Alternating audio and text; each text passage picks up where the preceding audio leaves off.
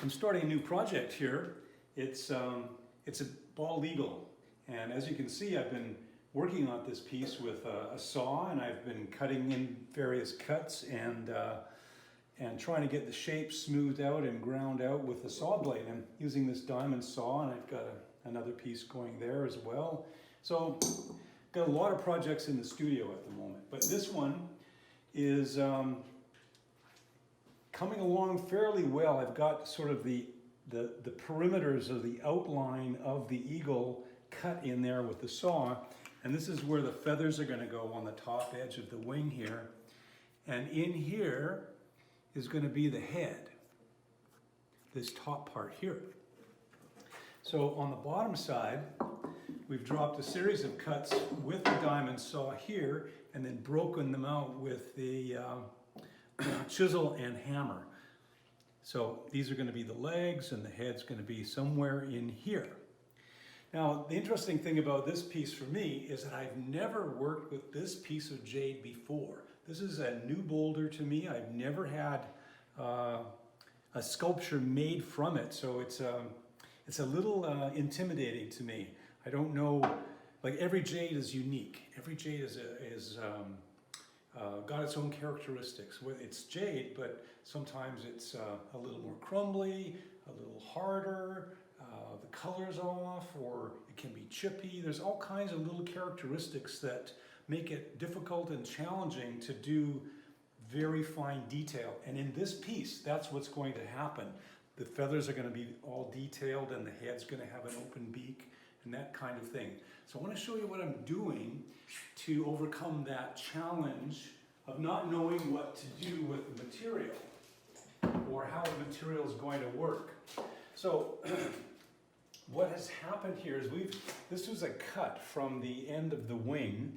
So that was a previous cut that's been taken off. So this is a sample of this new material that I've cut away.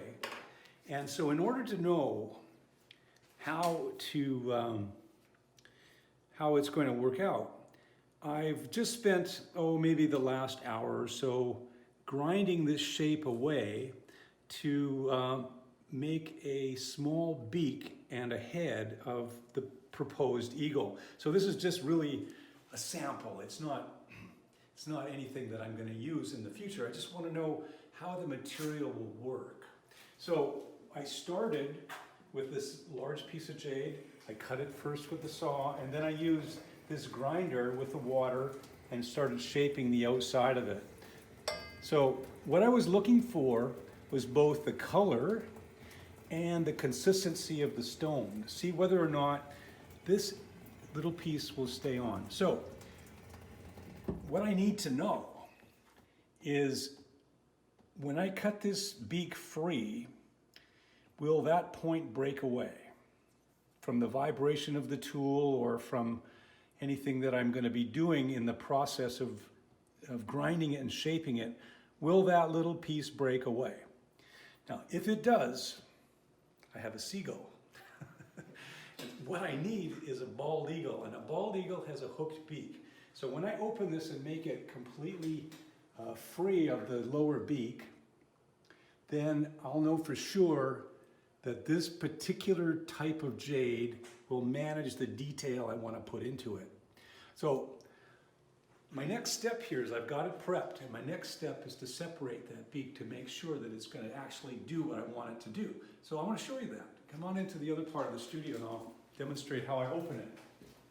So I'm going to use a little bit of water and try not to get myself too wet. And here I've used a variety of tools. I've used the cylinder-shaped tool. I used this other cone-shaped, and I've used this other larger one to get to the point where I'm at right now. So my next step is to use this fine art tool here to on this tool here to get into the hole and make the shape. So what I'm going to do is just free this bottom part of the beak, and if it falls away, the beak falls off, then I'm going to be challenged with that eagle. So I don't want to go any further until I'm sure the material is going to be the right thing. So let's be sure. Let's take a look at what goes on next. So I need a little bit of water, and I must be careful here. I don't want to take too much off at one time, because if I'm too aggressive, I can just knock that right off. But I also want, the right proportion, and I want the right, look, it's very important for the eagle's face to have the right proportion of the beak. And nothing is more critical than the hook on the end of the beak. So at this point, I haven't taken a lot of time and care in the eye and that. I just wanted to just get the general proportion of the mouth so that I could see if it will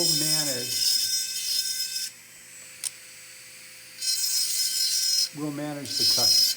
Okay, so I've got the edge trimmed. I'm going to come up from underneath. Sometimes I do this to the point where I can use a sander and get underneath and sand it free, which gives it a lot less vibration.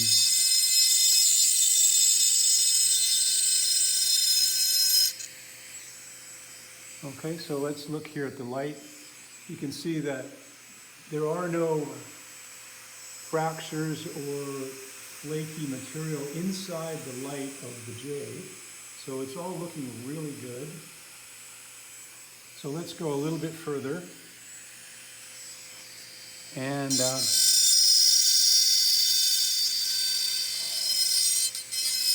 I'm working from the inside to the outside. So as soon as I release that last little touch, the beak is free to do as it wishes. Right now, it's bound to the main body with that little bit. No matter how small it is, it's still attached, and it won't break as long as it's attached. But as soon as it comes free, anything could happen. So even that microscopic little bit that's there is a protection and a safety to the piece. And I'm starting to see little chips on the edge here. It's going white, and it's getting chippy. So I'll check the light again, see if it goes across.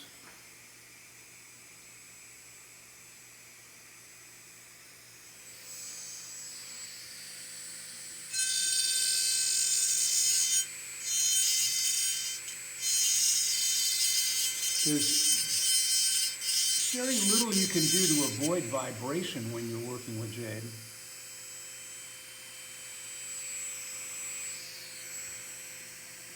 I can see the crack. I might not be able to lift that free without it coming apart.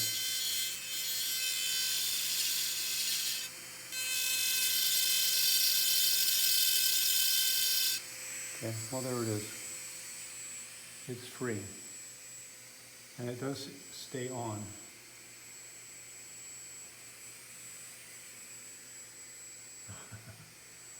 Okay? It's completely open. Now what I would do is take a smaller tool now and then just work underneath that until I clean that completely up.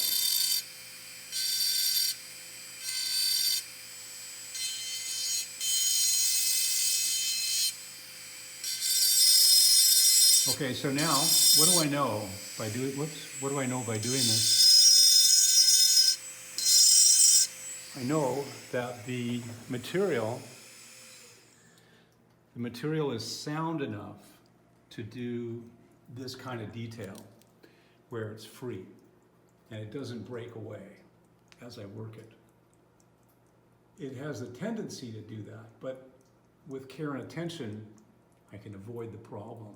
But very, very fine care and attention to avoid losing that little point on the end of the beak. So now it's just up to my skill and my my dexterity with the tools to avoid this problem of losing the end of the beak. So I'm satisfied. I'm happy that I've succeeded with the open beak and it stayed together. Okay, so there's a few other things here, like this is another delicate piece that I've created here. It's a lovely flower made out of amethyst, and amethyst is also really very, very delicate. It's even more delicate than jade. So as you can see, I did one other, and the piece broke away. Even at the thickest part, when I was starting it, it came apart. It broke. So it's very simple to break things. It's more challenging to actually make them in one piece than you could actually imagine. The sensitivity that you need to create these things is always, very deliberate focus and so on. And so that's things I've learned how to deal with over a long period of time as an artist working with gemstones of all kinds. I've learned how to focus my attention and create whatever my desire is. So, the question I guess a lot of people are asking is like, how did he get there? How did he get to that point where he can do that and do this and still be fine, How did you get the skill to do that? And where's the imagination, How did the imagination come about to stay with all of this? And I think one of the things that I think about in my past is that when I was a young man as an artist, that I really had a strong desire to be an artist, and I was patronized by, I don't know, a lot of people might not know this, but when I was a young artist, I was patronized by a doctor and a jade miner, and they supported me for the first 3 years of my jade carving career. And they gave me this opportunity to experiment and do whatever I wanted with jade. They just said, here's a studio, here's some material, you just create whatever you want, and we'll be fine with that. And I don't know whether I was particularly lucky or particularly talented, or I just was in the right place at the right time to meet these people. But anyway, I took full advantage of this opportunity to be creative with the support of these two other people. They gave me the jade I wanted, and they gave me the money I needed to support my studio for 3 years. So when I first started that, the first thing that came to my mind is, oh yeah, I got the freedom to create anything I wanted, but what am I going to create? That was the thing. It's like, whoa, I have an infinite variety of sculpture forms to choose from, but what would I choose? And so I started as an abstract artist. I thought, okay, I'm going to be avant-garde and do the things I want to do as an abstract artist. And then I felt like I was limited by that, and I noticed that in my marketplace, the galleries and the environment that I was working in on the west coast of Canada, there was a particular look for animal forms and things of that sort. And so I decided that I would narrow my niche or my approach to my sculpture by choosing the idea of creating animal forms and different kind of nature-inspired ideas.